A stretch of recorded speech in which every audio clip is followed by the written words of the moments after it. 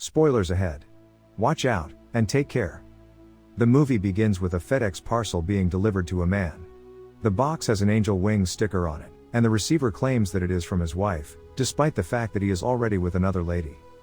Moving on, the protagonist, Chuck, a FedEx systems analyst executive, is really serious about his job.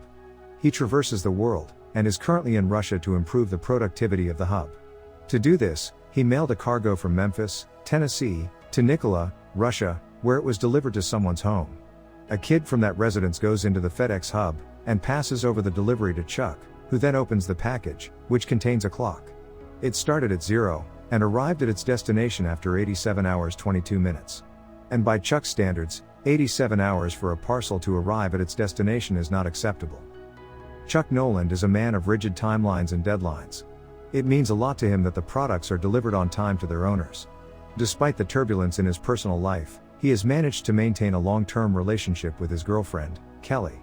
He contacts her from Russia, to inform her that he will be returning to Memphis in about 18 hours, and meets her soon. They are the most loving pair imaginable. The couple goes to the grand Nolan family Christmas dinner, where Chuck's brother brings up the possibility of the two getting married. But they both laugh and avoid answering the question. Chuck realizes he needs to see a dentist, because he is experiencing tooth pain when eating. While Kelly is looking at him, he checks his pager. He must return to work, despite the fact that it is the Christmas season. And given his dedication to work, he intends to go. She acknowledges this, asking him to return home before New Year's Eve, and offers him an ancient watch, a family treasure, as a Christmas present. Chuck is moved by her present, and before leaving, hands her a small box, which she misidentifies as a ring.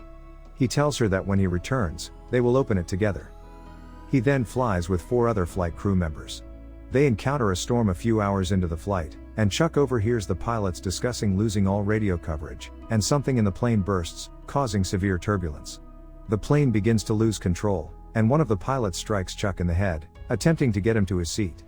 Chuck notices the approaching water, and the plane crashes into the Pacific, beginning to fill with water, and Chuck begins to drown. He takes advantage of the emergency inflatable life raft provided by one of the pilots, and manages to stay afloat. However, the weather is bad, and large ocean waves begin to hit him. He is in a life or death predicament, but fortunately, he survives and lands on a deserted island. He barely made it to the island on the rescue raft, and notices that his watch is still with him. He also discovers a couple FedEx packages that have washed up on the beach. He takes up the gifts, and finds himself alone for kilometers ahead, with no other island visible. To attract the attention of any passing planes, he draws a help sign on the ground. He looks at the clock Kelly gave him, and his first day on the island comes to a close. He discovers a few more gifts the next day. He finds coconuts on the island and uses them to quench his thirst. He continues to explore the island and discovers a cave.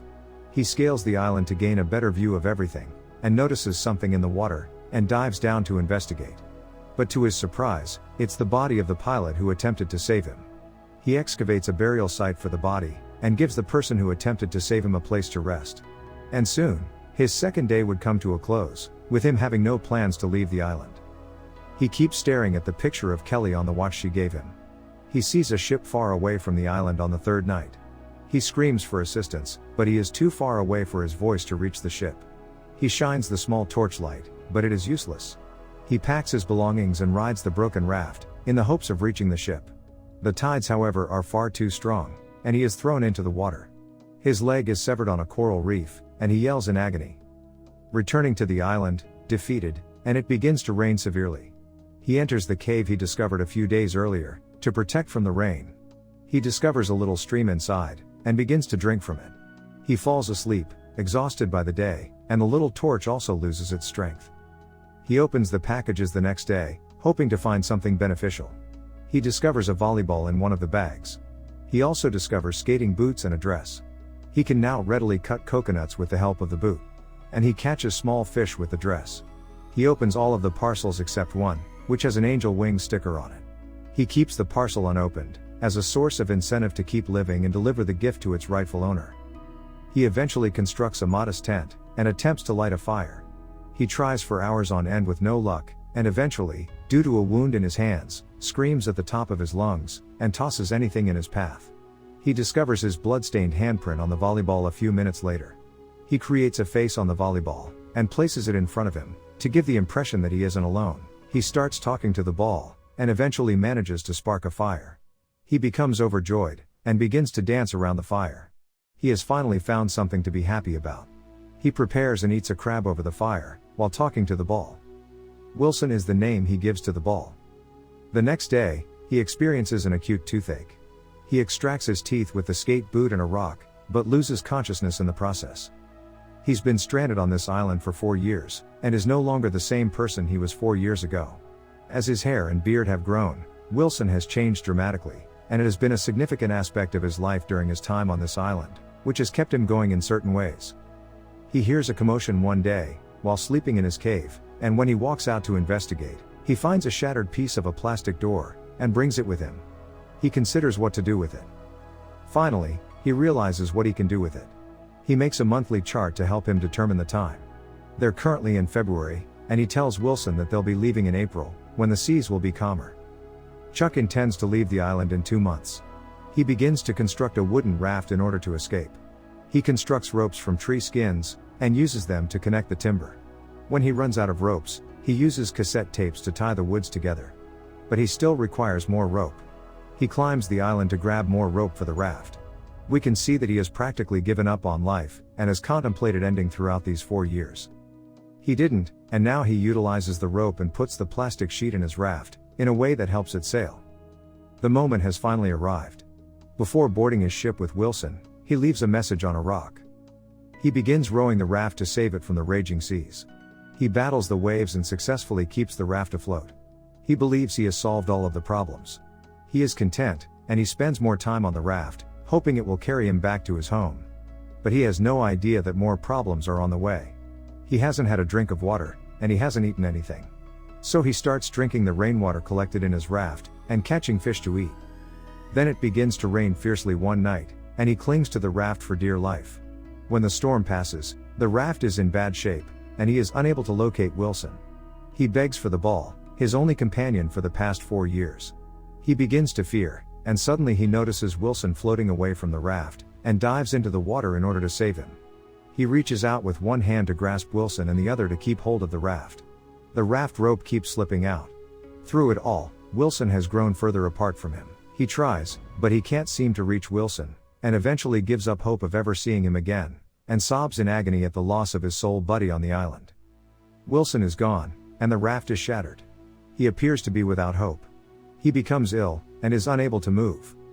A whale splashes him with water, and we see a ship pass behind him. He finally opens his eyes, and looks around to see a massive cargo ship sailing past. He is finally saved after all of his struggles and sorrows, and flies back to his hometown 4 weeks later, to see his family and Kelly. His friend informs him that everyone assumed he was dead, and a funeral was organized in his honor. He meets someone he doesn't appear to recognize after landing. The man goes on to introduce himself as Kelly's spouse. Kelly is too emotional and puzzled to see him, so he attempts to explain, but he is mute, unsure what to say or do. The love of his life, who he kept in his thoughts while surviving on that island for over 4 years, married someone else. His friends and family throw a party to commemorate his survival. Chuck glances at a lobster after everyone has left, which reminds him of the crabs he ate on the island. He glances at a lighter, which serves as a reminder of how vital fire was to him. He is unable to sleep in his own bed. He's on the ground, staring at the identical watch Kelly gave him years before. He seeks closure, even though she married someone else. So he takes a taxi to Kelly's residence. Kelly opens the door and invites him inside. He is about to say, but she suddenly embraces him. He presents her the watch she gave him, and she is surprised to learn it is still in his possession.